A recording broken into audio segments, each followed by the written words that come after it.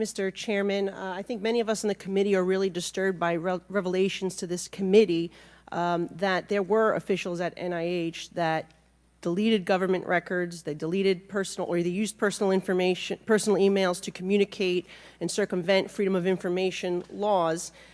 So I just had a couple questions about that. Dr. Fauci, did you delete any emails or records related to the Wuhan lab or the origins of the virus? No, I did not. Okay. Dr. Morins said in a May 2021 email, he indicated that he was connecting people to you in a, quote, secret back channel. Do you know what he was referring to? I don't have any idea what he's talking about. There is no back channel at NIAID. Okay, there is, he also said in another email that there is no worry about Freedom of Information Act. I can send stuff to Tony on his private email. Did you communicate with anyone relating to anything regarding NIH or with Dr. Morins on a private email? I do not do government business on my private email. Okay, so have you communicated with Dr. Morins via private email, even if it was not necessarily your definition of government business? It might have been because, as I mentioned in my opening statement, one of his functions is to write chapters, medical scientific chapters with me, so it is conceivable that I communicated with him on my private email when we were writing a chapter, and that was not official What business. about Peter Daszak? No. Okay. I just want to clarify for the record, because today you testified that you did not suppress the lab leak theory, yet in the past you have said, quote, it is a distortion of reality, unquote. You've said, quote, I've heard these conspiracy theories, and like all conspiracy theories, they're just conspiracy theories. That's what you told the American people. And so would you like to clarify what science were you following then versus now? Yeah, no, I've also been very, very clear and said multiple times that I don't think the concept of there being a lab leak is inherently a conspiracy theory.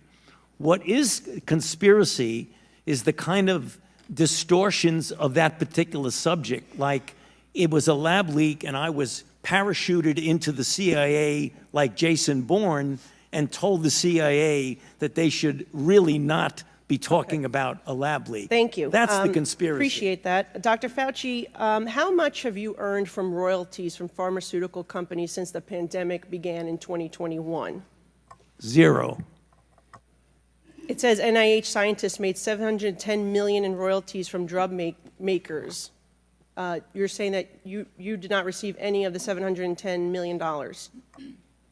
On COVID, I received, I think, $122 for a monoclonal antibody that I made 27 years ago. Okay, so just in general, though, how much have you received, not related to COVID, just in general, how much have you received in royalties between 2021 and 2023?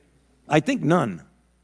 Okay, so somebody received the $710 million. Somebody did, but not me. You didn't receive any royalties. Okay. I mean, I see no royalties associated with COVID. I mentioned. Yeah, I said. No, I want to. No, I just said. I'm on the record, and I want to make sure that this is clear.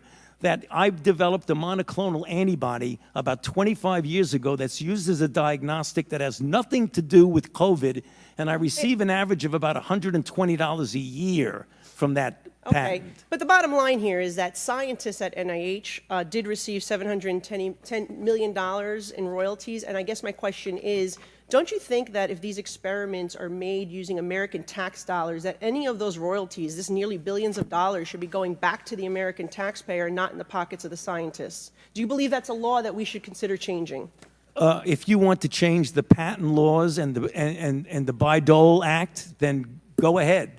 Okay. But that's not for me to say. I'm asking your opinion. Okay. Well, anyway, moving on, I just want to say that, we know billions of dollars have been funding these animal experiments, both here domestically and in foreign lands. I'm very troubled by the cruel, horrific animal research that has been done on U.S. land and in foreign laboratories. Taxpayers are footing the bill for billions of dollars.